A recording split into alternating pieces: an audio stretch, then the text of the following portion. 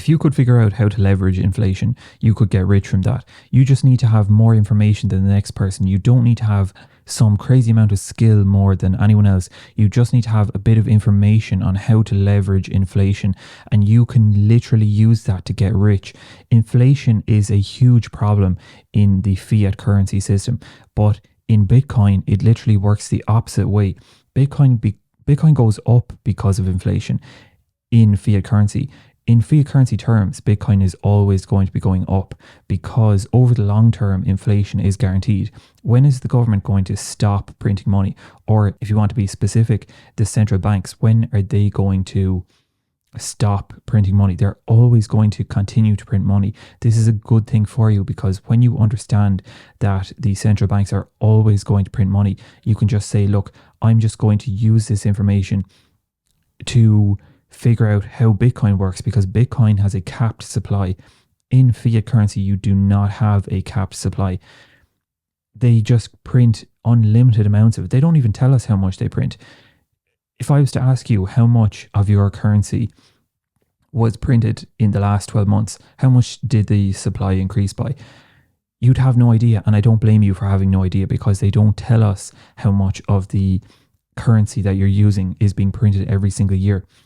They don't tell us, because if we knew the real inflation rate, we would panic. Everyone would panic, and there would be some sort of there would be crazy protests and all that over inflation. The currency increasing in supply is the main reason why everything is getting more expensive. They'll put out stuff in the media and they'll tell you that lots of other things are causing inflation. And yes, for some parts of it, like there might be other reasons, but inflation is caused by the increase of the money supply. If you could just figure that out, then you see why you need to buy Bitcoin. Bitcoin is going to not inflate the same way that fiat currency does, because it has the 21 million supply.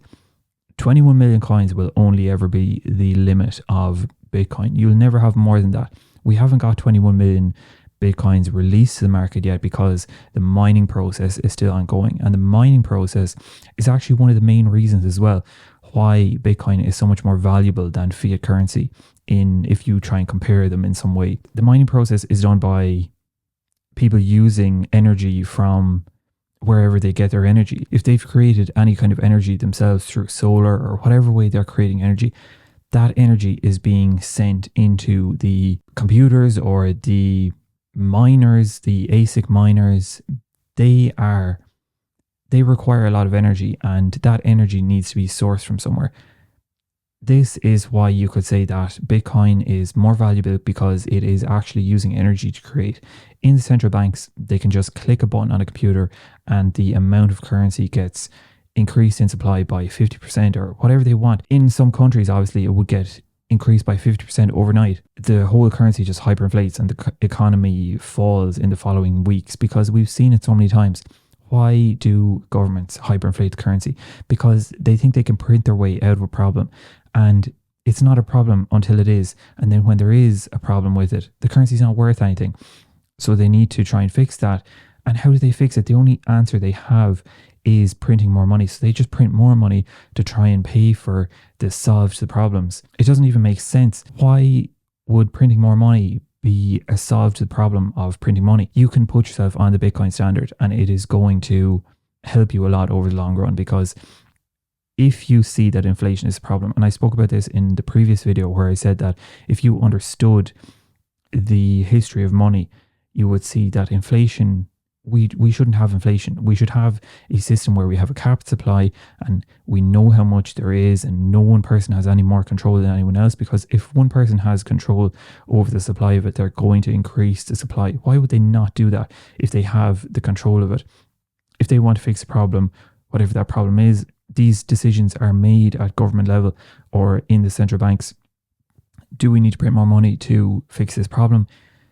If they think they do, they just go ahead and print it. And then it takes about 6 months generally for that to be realized through inflation. And we see that through inflation then in going to the supermarket and your products are more expensive than they were before. And people are saying, so we hear that 2% inflation is the goal of central banks. So you're telling me that if you go to the supermarket and you go to buy your usual, you get your food, whatever, that it's 2% more expensive than it was last year. That's just not true. Everyone knows. If you ask them, they'd say, yeah, probably about 20% more expensive. Why is it 20%? It's 20% because the currency has been increased in supply by 20%. And that is the real inflation rate. You can't lie about inflation because the market will show up the truth eventually. They can lie and say that this is the cause of inflation and, this is why it's happening or whatever. But eventually, the market will show the truth because you can't fake these things over long term when people are in the economy and they're taking the actions that they normally would, like the economy is running as normal. Eventually, you will see that it's not true. It's 20-25% more likely because if you go to a supermarket, it's going to be about that much more expensive. If you had a deck of cards, you had 52 cards in the deck, and someone added a load of cards to that deck of cards would then be inflated because there's more cards in the deck. I think inflation is totally misunderstood, mostly in modern economy, because it has been so mixed up in posts from social media and news and all of that. And possibly it might be by design, because I think I mentioned it. Why would they want you to know what the full inflation rate was? Because you would go and panic and you would look for another system. I'm telling you right now that the system you need to look for is Bitcoin. You just need to go look into it. You don't need to look for it. It's already there. Bitcoin is the answer to inflation because you have a capped supply. You can see how much of it is being released to the market on a daily basis, and you know in 40 years, 80 years, how much the currency is going to be released. That is so important. If I was to ask someone, even if they're at government level, how much of the currency, be it the euro or the dollar, is going to be released to the market in the year 2300, they would have no idea. You can't know that. Are we even still going to have the euro or the dollar? But we know that Bitcoin is still going to be around. And people tell you, quantum computers and all of these other types of things are going to stop Bitcoin. Bitcoin can adapt to new problems, whereas the fiat currency, it just has the problems it has until it fails. And it's not like we've seen it. It's not like we've never seen it fail. We have seen it fail many, many times in countries around the world where their currency is being carried around in wheelbarrow. People are literally filling up wheelbarrows with cash and carrying it down the road to buy a loaf of bread. That is not sustainable. How much cash would you need to bring with you if you want to get a full amount of shopping that you would get for food for the house for the entire week? It's not going to work. Over the long term, all fiat currencies fail. They call it the 50-year experiment. Some people, and probably more so people involved in Bitcoin, call it that. They call it an experiment because it's never really been proven that it actually works long term, because it doesn't. With the fiat currency, the central banks just release that currency to the market and they say, there you go, there it is, hopefully that fixes the problem. Or they just spend the money.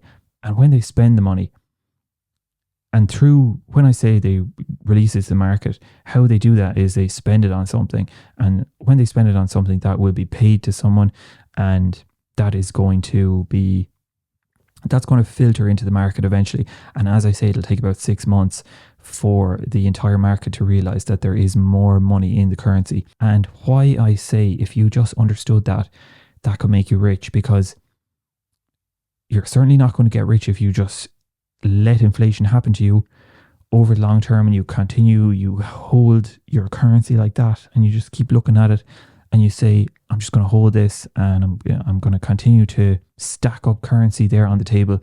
And if you do that, you will get poorer and poorer because the currency is continuing to be valued less and less over long term because of inflation. The US used to have the gold standard, but then in 1971, Richard Nixon decided to stop the gold standard. But at the time he said it was only temporary. We're only going to temporarily hold the gold standard because, why did they do that? Because they needed to print more money to fund the war. And if the unit of currency, be it the US dollar, if that was linked to an amount of gold, that would cause a problem for them because they wouldn't be able to print more money to go and fund the war. So they said temporarily we're going to halt the process where we have a amount of US dollars is linked to an amount of gold. So $1 is equal to X amount of gold.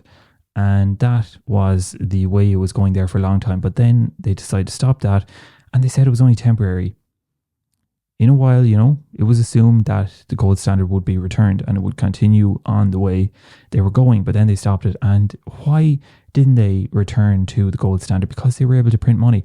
And if someone is able to print money, be it the government or central banks, whatever, they found this new process to be amazing, because all they had to do was click a button and they could print more money, and they could do whatever they want with the money. Then they could give it out to these people, give it out to those people, pay for things, run new programs, new whatever they wanted to support. They could just spend money through creating it. Like, they're not going to ever stop printing money. So eventually fiat currencies they're not going to work out. Something's going to have to be changed. But I'm telling you now that Bitcoin is the way forward, because it has all the properties you need for perfect money. It requires energy to be mined.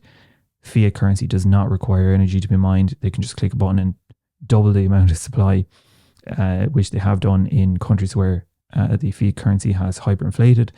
So overall, understanding inflation is going to get you rich, because it's going to tell you what you need to do. If you don't realize the problem, you can't find the solution.